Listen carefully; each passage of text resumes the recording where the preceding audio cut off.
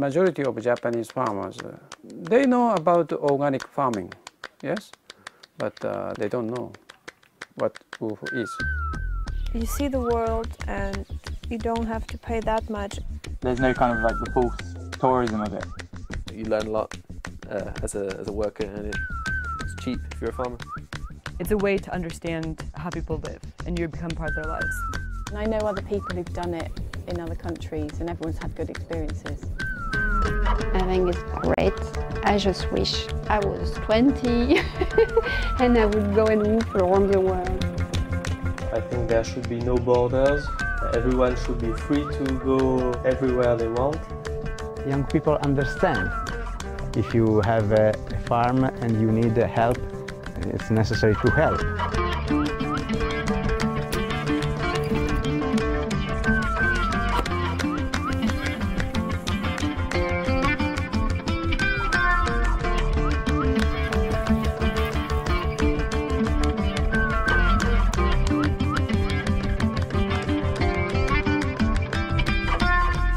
To me, farming has got to be organic. The organic is the one sustainable path forward, I would think.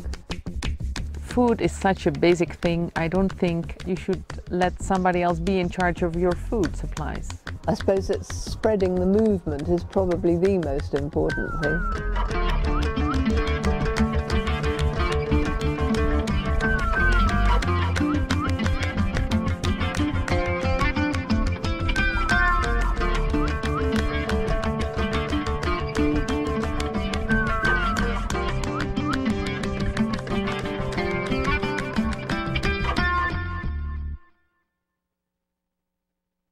Hey everyone, welcome back to My City Videos. Today we are live on the campus of Oregon State University for part 2 of our discussion with filmmaker, documentary maker Ashley Terry. And Ashley has just finished a great documentary on organic farming and an organization called WOOF. And so Ash, let's pick up our conversation. Good to have you back. Good to be back. All right. So Ash, we left off with a few clips of some countries. Just to recap, what does WOOF stand for again? WOOF is the Worldwide Opportunities on Organic Farms. So it's a work-stay program. You volunteer on organic farms, and they give you room and board for the duration of your stay. The length of stay varies, whatever you and your host farm have agreed upon. So that's basically the rundown of what it is. Gotcha. You worked on 6 farms, you were saying, in 4 different countries. Right. What were those? That was in Japan, India, France, and Italy.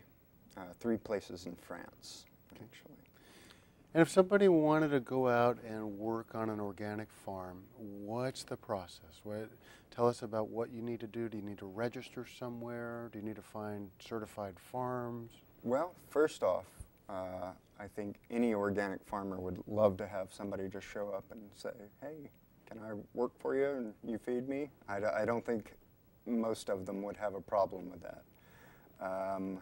But if you want to do it through the WOOF organization, where it's more of a kind of social contract, I guess, then you pay a membership fee as a volunteer. It's not very much, I think 20 or 30 bucks here in the U.S. And then as a host farm, there's a kind of a sliding fee scale, whatever you can pay, 5 to 50 bucks to be a host.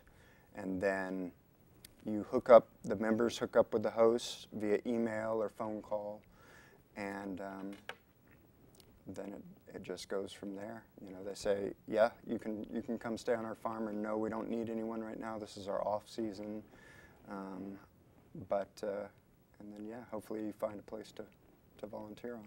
How much planning is involved? Is it kind of a next year thing, or 6 months in advance? It can be anywhere. You know, you can try to plan a year in advance, but a lot of farms might think that's a little bit far out. I would say a month is pretty good time frame, but a lot of times it's even sooner. People just looking for basically we're going to be in this place and we need a place to stay, and because we don't have any money, but they're willing to you know, put in a little bit of labor for their And you and I talked, Ash, that people don't have to travel outside the country to experience some woofing on organic farms. Some local things here in Oregon? Mm-hmm. Yeah, there are probably 500 or so farms in the U.S., I believe was the last number I saw. And here in Oregon, there, I don't have the numbers, but there are probably at least 20 or 30 out of that 500. And even around Corvallis, I know of one in Kings Valley and one in Lebanon. So there are plenty of places around that you can go and volunteer. And you know, they'll give you not just room and board. That's the minimum that's required out of this kind of social contract. But also, they're going to teach you some things about either organic farming or ecology in general, or about the native countryside and plants, about the history of what's around, and the town or city or village wherever you're staying, hopefully. Great. So that brings me to the next question about the documentary. So people who can watch the documentary can get a little fix, a little idea of what it's like in those countries. So share your perspective of the documentary. I know you and your wife were on a honeymoon, but I know there was some drama in the documentary. Maybe you could talk about, I know some farmer had a beef with some other farmer I saw in one. So share a little bit more about what people can expect when they plug in the DVD of the documentary. Okay, sure. Well, not all experiences are good ones. It's like anything else. Any job you get or any relationship you get into with anybody, you don't always know what to expect. Especially, first off, you have this host list in front of you as a volunteer, and it lists all these criteria of what they grow, when they need woofers, woof volunteers, and what they're like, what they eat, you know, whether it's vegetarian or omnivores or anything else. And then, you know, a little bit about them, but you don't know exactly what their personality is going to be until you either talk to them a little bit or spend some time there on the farm. So going into that situation, you know, most of our experiences were good ones. And the folks I've talked to around here that host woofers are all very good people. But it's not always like that. And not all woof hosts get back to you as woof volunteers. Of the woof hosts that we contacted, probably about half of them actually got back to us. And maybe 25% said, no, we can't host you right now, we're booked, or it's our off season or something like that. So we only got into a few of the ones that we initially had applied to, I guess.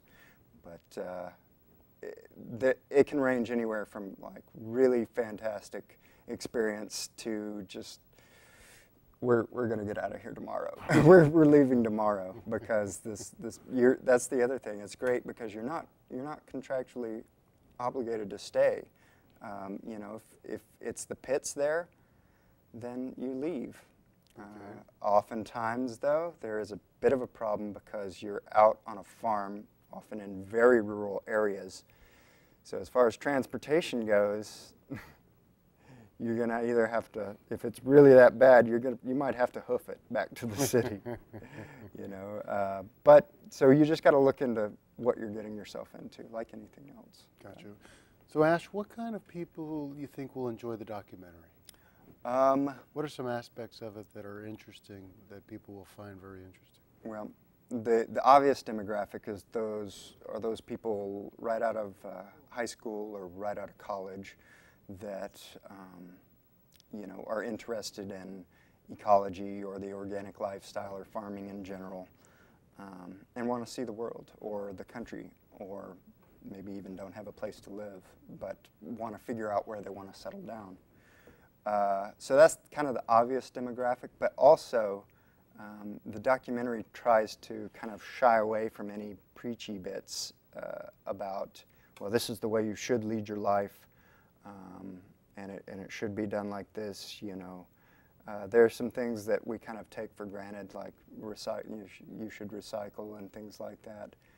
But we try not to preach too much in it and just kind of let the story about these two honeymooners, myself and my wife, unfold in relationship to our hosts. And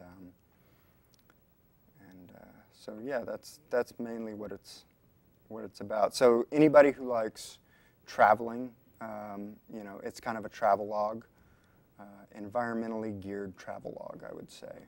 So and a lot of older people still are WWOOF. If you're able-bodied enough, and you feel like seeing the countryside or you know, some of the less visited places, like not the bigger cities, there are some great things to be seen. We have a clip of Italy, and some of the sights we saw there. There was a Velvet Festival going on there in Italy that we could probably roll to show just some of the culture that we were experienced to as a result of being part of the WWOOF organization there. All right. Well, if you guys are ready, let's roll that and take a look at the Italy roll. From the Malga, you can see the small town of Alla below. We arrived on the day of the Alla Velvet Festival. It's a time when the townsfolk celebrate their heritage by dressing up in 17th and 18th century clothing. Not the coolest weather for a full velvet uniform, but hey.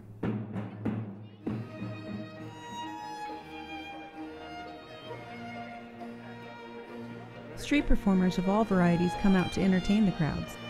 Even Luca's looking all snazzy in his period attire.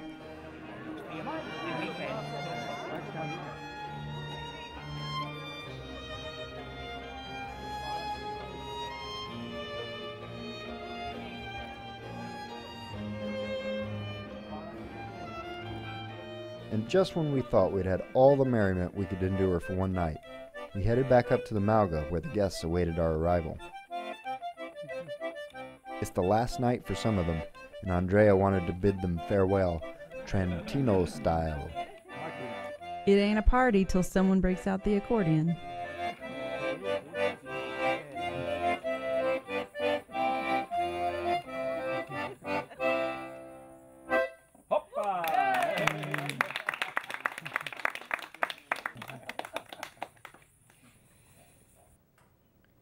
So Ash, 80 hours of footage, you said, went into the documentary. How do you decide what makes the final hour 20? That's a lot of work. I mean, it's been 3 years in production, in post-production now, so, and it's just now finally done. A lot of it comes down to funding, obviously. Most documentaries are very underfunded, and there's very little return on investment, which kind of begs the question, why do it? But mostly it's for the love of what you're doing. And I guess that's how you get 80 hours down to an hour 20 is just by chipping away at it because you love doing it, even though it's very tough work. Yeah. And there were a lot of people involved. Had a soundtrack guy and some animators for kind of recreation segments and things like that kind of only work through animation. And I did some of the animations myself as well, but it was a whole team as well. Do you know anything about organic farming? Does it usually stay within country, or are we in the U.S. receiving organic product and foods from overseas? Well, sure. You know, a lot of, especially in the wintertime, a lot of our organic produce will come up from Mexico or other Latin American countries, wherever it's warmer, obviously. You know, the produce is going to come, whenever it's in demand, it's going to come into the U.S. Here in Oregon, we're lucky to have fresh produce, organic produce. Anytime you go to a farmer's market, you can get organic produce, and So yeah, it's most of the time because of the mentality behind it and this idea that you're going to lower your carbon footprint. That's why a lot of people eat organic, and therefore it often comes from a local grower as well, because that, in my opinion, is almost more important, is the fact that something's grown locally rather than that it's grown organically, because that means less transportation and less things going to waste, you know, just a smaller carbon footprint in general. Do the foreign countries that you visited have a deeper respect for organic farming, you think, or is America also in line with organic farming? I know it's becoming more and more popular, more and more attractive. Yeah, it seems about the same around the globe, really. People are oftentimes willing to pay more money, but sometimes the prices are actually artificially raised.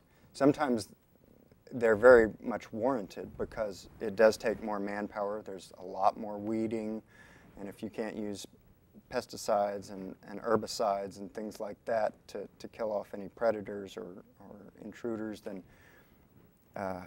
you're left doing it by hand. But so that will bump up the price in some instances.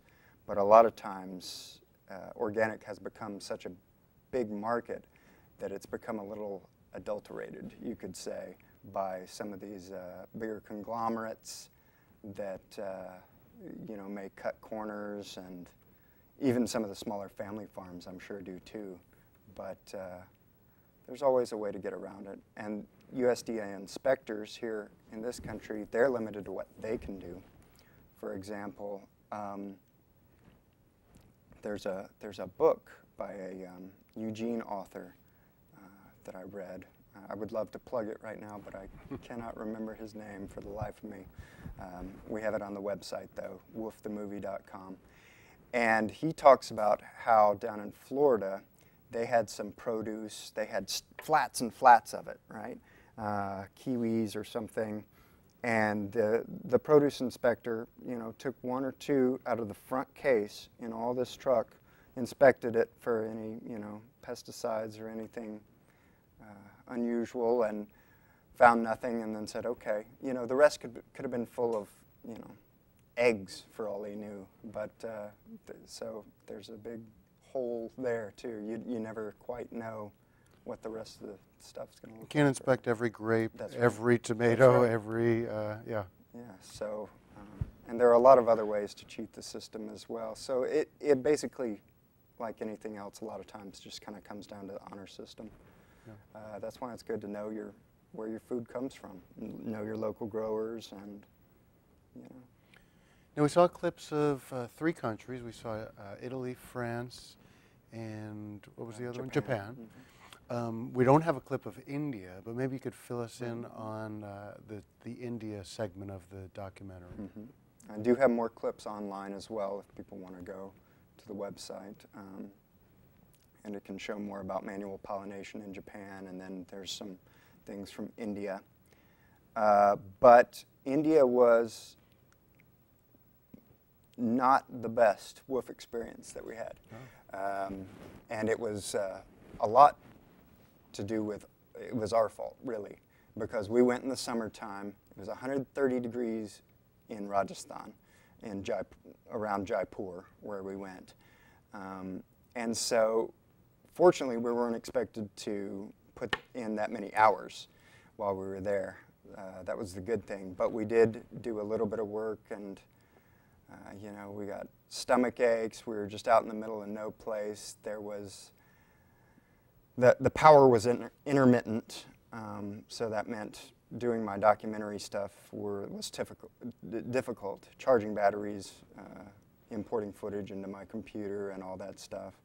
And that made it difficult on the one hand. Then it was just this whole thing surrounding the fact that the owner of the farm was not there when we thought he would be.